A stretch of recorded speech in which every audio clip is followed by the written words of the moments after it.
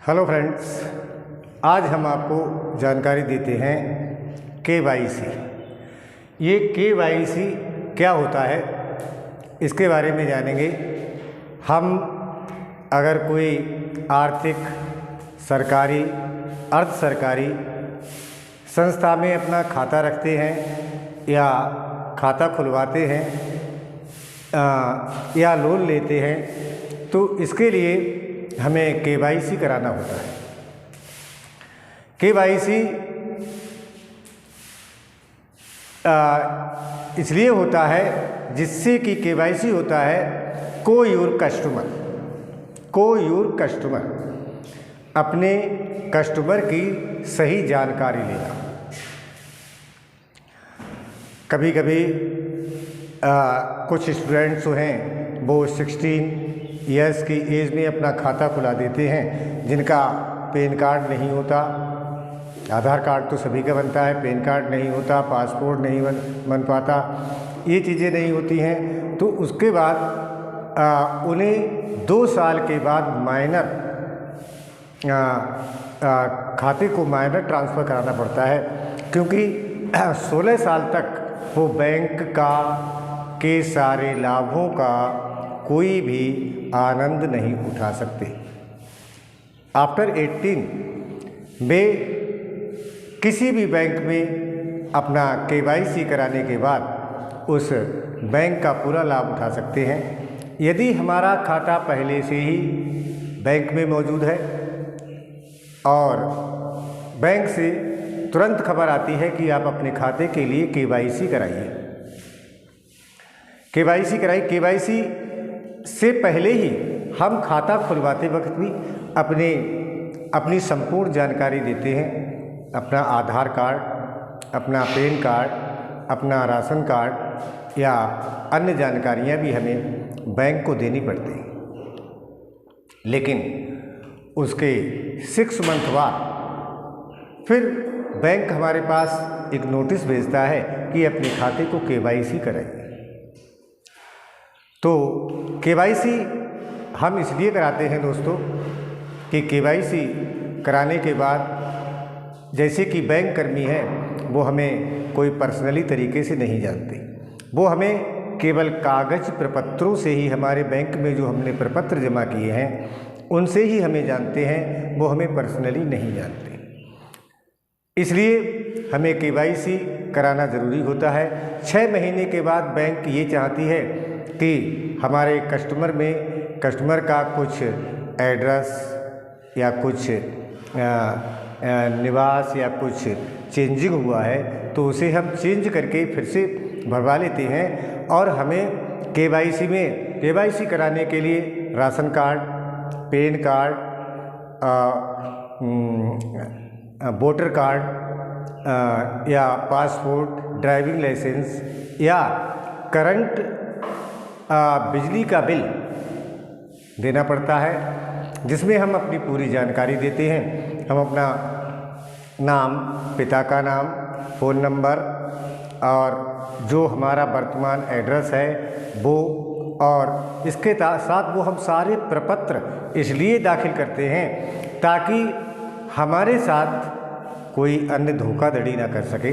क्योंकि आज के ज़माने में आप देखते हैं कि खातों के साथ बहुत सी धोखाधड़ी होती चली जाती हैं कि कोई हमारे डॉक्यूमेंट्स जुटा लेता है और उन डॉक्यूमेंट्स का वो गलत उपयोग उठाकर हमारे खाता को हैंग करके कभी कभी हमारे खाते से पैसों को निकाल लेता है।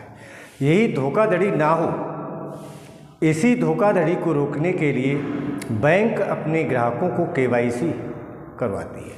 केवाईसी का मतलब को योर कस्टमर, हम अपने कस्टमर को अपने बैंक या कोई अर्ध सरकारी बैंक या कोई सरकारी संस्था जो हमें आर्थिक तरीके से, जिसमें हम जुड़े हुए हैं, जिसमें हमारा खाता है, जिससे हम लोन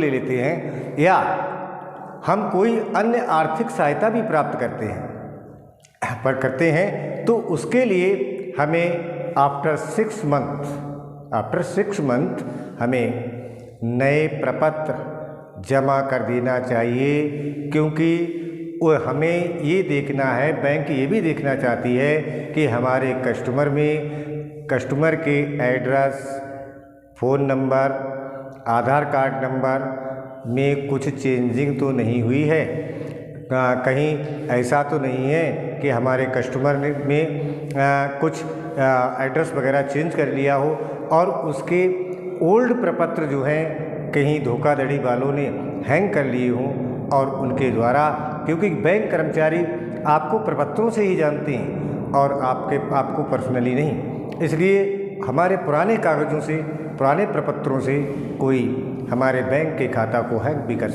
सकता है, उससे पैसे भी निकाल सकता है।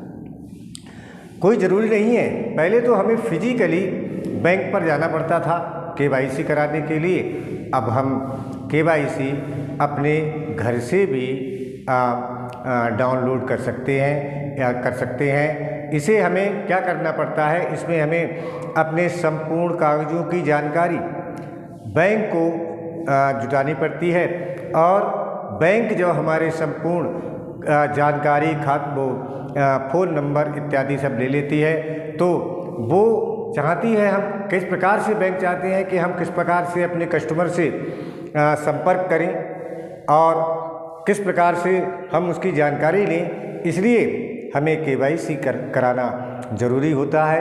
ये हर एक आर्थिक संस्था, हर एक आर्थिक अर्ध सरकारी संस्था या सरकारी संस्था में संपूर्ण जानकारी कराने के लिए हमें KYC कराना पड़ता है। दोस्तों ध्यान रखें कि हर 6 महीने में अपना बैंक का KYC अवश्य करा दें, KYC अवश्य करा दें ताकि आपकी न्यू जानकारी, नई चीज़ जो है बैंकों तक पहुंचती रहे और आपके प्रपत्रों में, आपके खाता में, आपके साथ आर्थिक तरीके से कोई धोखाधड़ी ना हो। यही जानकारी यदि हम बैंकों को, अपने आर्थिक संस्थाओं को देते रहते हैं तो हमारे साथ कोई भी इस प्रकार की संस्थाएं, कोई भी आर्थिक गड़बड़ी करने वाले कोई धोखाधड़ी